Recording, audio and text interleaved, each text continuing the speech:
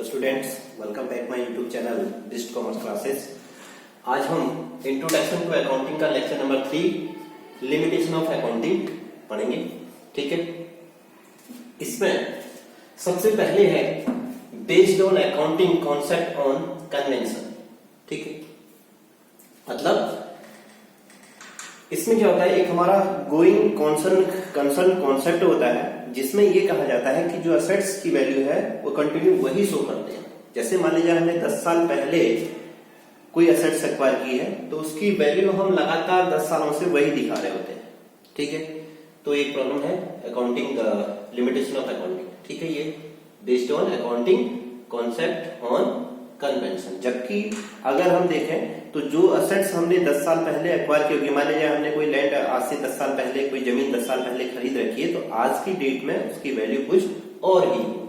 ठीक है, दूसरा है बेस्ड ऑन पर्सनल जजमेंट।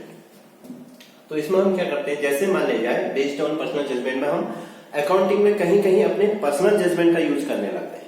जैसे मान लीजिए हमने कोई मशीनरी खरीदी है, ठीक है, तो उसमें कितना परसेंट डेप्थ चार्ज करना है या कौन से मेथड से डेप्रिसिएशन चार्ज करना है। अभी डेप्रिसिएशन वाला चैप्टर आएगा तब आप इसकी समझ में ज्यादा आएगा। फिलहाल ये समझें कि यहाँ पर हम क्या करते हैं कि जो डेप्रिसिएशन की परसेंटेज है और डेप्रिसिएशन का मेथड है वो अपने अकॉर्डिंग यूज कर लेते हैं। ठीक है, दूसरी, या फिर हम ये कहें कि जैसे मान लीजिए हमारे डेटर हैं, उनमें से कुछ पैसा हमने डाउटफुल डेट्स में ट्रांसफर कर दिया। ये सारी लैंग्वेजें आप आगे जाके पढ़ेंगे तब समझ में आएंगी। तो कुछ पैसा डाउटफुल डेट्स मानते हैं कि ये पैसा, हम एक अनुमान लगा लेते हैं कि इतना पैसा डूब जाएगा। जरूरी नहीं कि उतना पैसा डूबे, ये भी हम अनुमान अपने बेस पे लगा लेते हैं कि जिन्होंने हमारा पैसा देना है इसमें से कुछ हिस्सा हमारा पैसा डूब सकता है। तो ये भी हम यहाँ पर क्या करते हैं, पर्सनल जजमेंट कर लेते हैं अपने हिसाब से। ठीक है, third based on historical cost. मैंने अभी बताया था, इसमें हम क्या करते हैं, असेट्स की हिस्टोरिकल कॉस्ट को ही लिखते हैं, जबकि उसकी रियल वैल्यू या मार्केट वैल्यू कुछ और ही होती है। ठीक है, फोर्थ है लेख क्वालिटेटिव इंफॉर्मेशन। इसमें हम क्या करते हैं, क्वालिटी का कहीं भी अकाउंटिंग में कोई ट्रांजैक्शन नहीं होता, यानी कि कहीं भी कोई क्वालिटी कहीं भी हम रिकॉर्ड नहीं करते। ठीक है, जैसे मान लिया जाए कोई एम्प्लॉय हार्डवर्किंग करता है, ठीक है, कंपनी में, तो उसकी हार्डवर्किंग को कहीं शो नहीं किया जाएगा। ठीक है, केवल उसकी सैलरी को शो किया जाएगा जो मनी में मेजरमेंट होती है। बाकी उसके कोई भी गुण, हम किसी भी चीज के कोई भी गुण यानी कि कोई भी क्वालिटी को हम अकाउंटिंग में शो नहीं करते। ठीक है, सफर फ्रॉम विंडो ड्रेसिंग। ठीक है, अकाउंटिंग क्या है, अकाउंटिंग को क्या करते हैं, हम अपने हिसाब से एडजस्ट कर लेते हैं कहीं कहीं पर।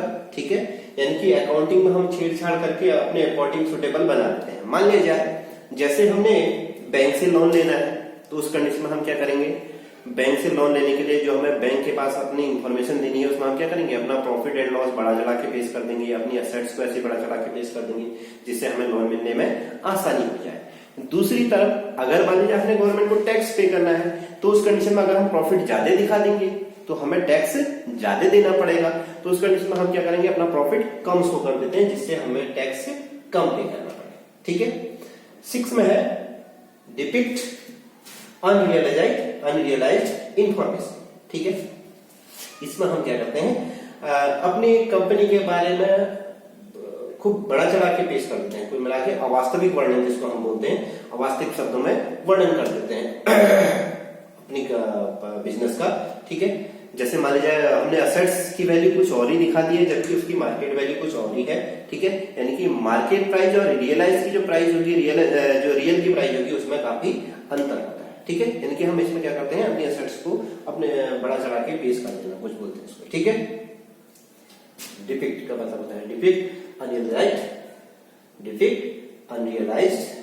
Unrealistic information. ठीक है, डिपिक्ट अनरियलिस्टिक इंफॉर्मेशन का मतलब है कि हम अकाउंट में क्या करते हैं कि जो भी हमारी एसेट्स होती हैं, ठीक है, उसकी मार्केट वैल्यू कुछ और ही होती है और रियल की जो वैल्यू, रियल की जो प्राइस होती है कुछ और ही होती है। तो उस कंडीशन में हम क्या करते हैं, इसको अपने हिसाब से इसमें लिख लेते हैं। तो ये भी क्या है, लिमिटेशन अकाउंटिंग की।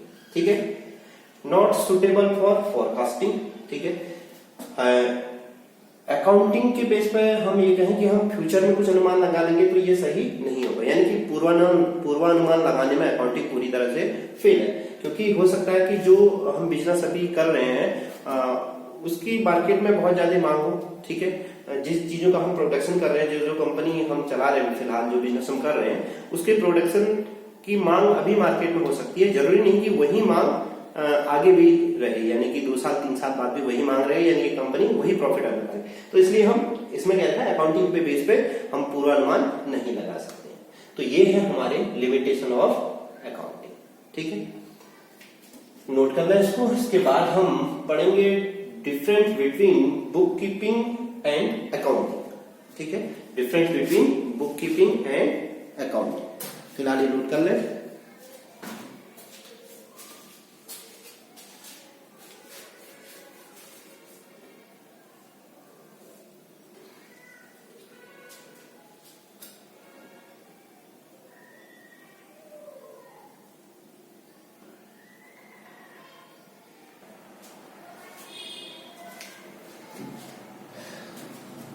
Next, distinction between book keeping and accounting, है ना।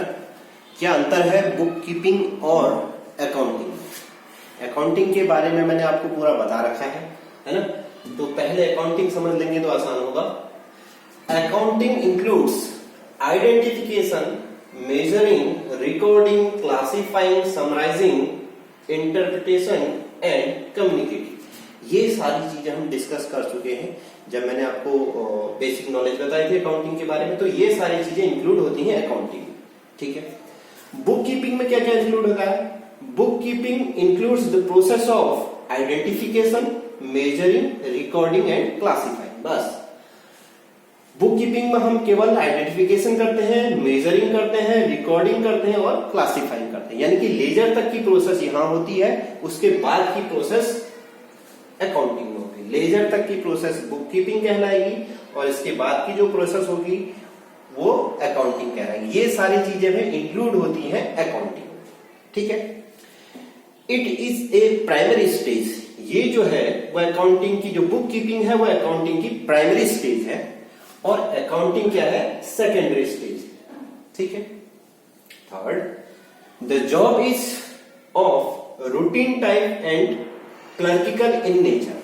ये रूटीन टाइप का जॉब है, यानी कि इसको हमें रोज जब तक हमारा बिजनेस चलेगा डेली पर यूज करना है अकाउंट बुक कीपिंग को, क्योंकि हमें डेली रिकॉर्ड करने होती है जो भी ट्रांजेक्शन हुई होती है, ठीक है। The job is analytical in nature. ये जॉब एनालिटिकल नेचर की जॉब होती है। ये हम रोज तैयार नहीं करते। जब भी हम अपना फाइनेंशियल ईयर क्लोज करेंगे या जब भी हम अपना अकाउंट क्लोज करेंगे तो उस समय हमें ये जरूरत पड़ेगी अकाउंटिंग की, ठीक हो गया। Fourth difference, junior staff performs this function. इस फंक्शन में बुक कीपिंग में क्या रखा है, जूनियर स्टाफ परफॉर्म करता है, ठीक है। और अकाउंटिंग में senior staff performs this function. इस फंक्शन में सीनियर स्टाफ परफॉर्म करता है, ठीक है। The work is mechanical in nature. The work is mechanical in nature, so it require normal skill, ठीक है। अकाउंटिंग क्या है, एक मैकेनिकल नेचर है इसमें, ठीक है। इसके लिए थोड़ा बहुत अकाउंटिंग की जानकारी होनी चाहिए, चलेगा। किसमें, बुक कीपिंग में। अगर आपके पास अकाउंटिंग की पूरी नॉलेज भी नहीं है फिर भी हम बुक कीपिंग कर सकते हैं। लेकिन अकाउंटिंग में the work requires specialised skill and ability to analyze and interpret the financial statement। हमें अकाउंटिंग करने के लिए स्पेशलाइज्ड पर्सन चाहिए जो एनालाइज कर सके बिजनेस को और बिजनेस के फाइनेंशियल स्टेटमेंट तैयार कर सके, ठीक है। तो यानी कि जो अकाउंटिंग है उसमें जो वर्क करता है उसको अकाउंट की पूरी नॉलेज होनी चाहिए। 6 में, no analytical skill is required to perform this function. इस फंक्शन को करने के लिए अकाउंट की पूरी नॉलेज होना आवश्यक नहीं। थोड़ा बहुत भी अकाउंटिंग आती है तो चलेगा, लेकिन analytical skill is needed to perform this function. इस अकाउंटिंग को करने के लिए अकाउंट्स की पूरी जानकारी होनी चाहिए, ठीक है, ये था हमारा distinction between book keeping and accounting. ठीक है, तो ये सारी चीजें आप नोट भी कर लेंगे। एक बार मैं आपको फिर बता देता हूं। Book keeping includes the process of identification, measuring, recording and classifying. बस इतना ही हम बुक कीपिंग में करते हैं। पहले हम आइडेंटिफाई करते हैं, फिर उसको मेजर करते हैं मनी में, फिर उसको रिकॉर्ड करते हैं हम जर्नल में, और उसके बाद उसको क्लासिफाइंग कर देते हैं लेजर में। लेकिन अकाउंटिंग में includes identification, measuring, recording, classifying, summarising, interpretation and communicating. ये सारी चीजें इंक्लूड हैं किसमें? अकाउंटिंग में। ठीक है, यानी कि जहां पर बुक कीपिंग खत्म होगी उसके बाद हम अकाउंटिंग करते हैं। ठीक है, और also including in book keeping is also including in accounting. ठीक है, it is a primary stage, ये प्राइमरी स्टेज है अकाउंटिंग की, बुक कीपिंग, और ये अकाउंटिंग क्या है? सेकेंडरी स्टेज है। ठीक है, अकाउंटिंग।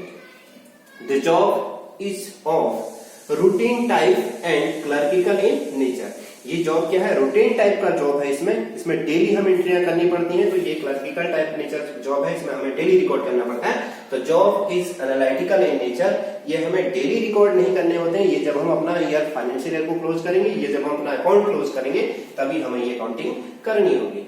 तो ये जॉब क्या है? एनालिटिकल नेचर का है। Junior staff is performs this function, इसमें क्या करेगा? जूनियर स्टाफ वर्क करेगा, और अकाउंटिंग में senior staff performs this function, इस फंक्शन में सीनियर स्टाफ परफॉर्म करेगा। ठीक है, the work is mechanical in nature, the work is mechanical in nature, so it require normal skill. ठीक है, अकाउंटिंग क्या है? एक मैकेनिकल टाइप की जॉब है कह रखा है, जिसके लिए अकाउंटिंग की नॉलेज होना जरूरी है। ठीक है, यानी कि नॉर्मल, अगर हम बुक कीपिंग कर रहे हैं तो वहां पर हमें नॉर्मल नॉलेज होना जरूरी है। थोड़ा बहुत नॉर्मल स्किल भी है तो चलेगा। लेकिन अकाउंटिंग में the work requires specialised skill and ability to analyse the and interpret the financial statement. यहां पर क्या रखा है? जो अकाउंटिंग करेगा उसको स्पेशलाइज्ड होना चाहिए अकाउंटिंग का, और क्योंकि वो क्या करता है? एनालाइज करता है, इंटरप्रेट करता है। ठीक है, सारी चीजें, profit and loss, balance sheet, सब कुछ बनाना, और बिजनेस का फाइनेंशियल स्टेटमेंट तैयार करना। ठीक है, 6 में क्या रखा है? No analytical skill is required to perform this function. इस फंक्शन में क्या रखा है? एनालिटिकल स्किल का होना जरूरी नहीं है। थोड़ा बहुत भी नॉलेज है तो काम कर सकता है, लेकिन analytical skill is needed to perform this function. इसमें अकाउंटिंग में काम करने के लिए क्या रखा है? अकाउंटिंग की पूर्ण जानकारी होना आवश्यक। ठीक है, तो ये हमारा क्या था? Distinction between book keeping and accounting. आज का लेक्चर इतना ही। कल मतलब नेक्स्ट लेक्चर में हम इससे आगे, अब तो नेक्स्ट चैप्टर ही करेंगे। ठीक है, चैप्टर नंबर 2 करेंगे। ओके।